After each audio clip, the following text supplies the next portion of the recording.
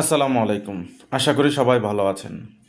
বুখারী শরীফের একটা হাদিস রয়েছে এরকম যে এমন একটা যুগ আসবে যে যুগে মানুষজন উপলব্ধি করতে পারবে না যে সে কিভাবে অর্থ উপার্জন করছে, হালাল উপায়ে না হারাম উপায়ে। আমরা জানি না বা আমরা বলতে পারবো না সেই যুগটা কি, এটা কিনা, বা আমরা যে সময়ে বসবাস করছি এ সময় কিনা। এটা আল্লাহ ভালো জানেন এবং রমি রাসূল কোন সময়কার কথা বলেছেন উনিই ভালো জানেন। কিন্তু আপাত দৃষ্টিতে আমরা যদি আশেপাশে লক্ষ্য করে দেখি যে আমরা অধিকাংশ মানুষই আমরা জানি না আমাদের উপার্জিত অর্থ হালাল না হারাম।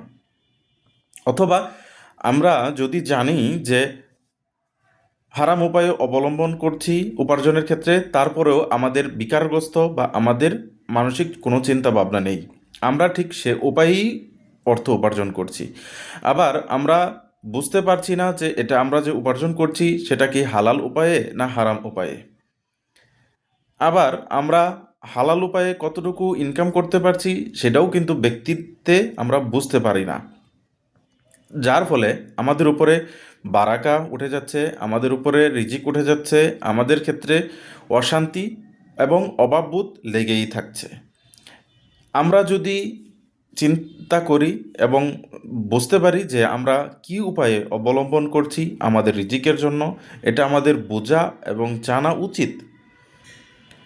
কারণ আপনি যত ইনকাম করেন না কেন, যদি আপনি হারাম অবলম্বন করেন তাহলে আপনার বারাকাটা থাকবে না। সবাই ভালো থাকবেন এবং সুস্থ থাকবেন। আসসালামু আলাইকুম।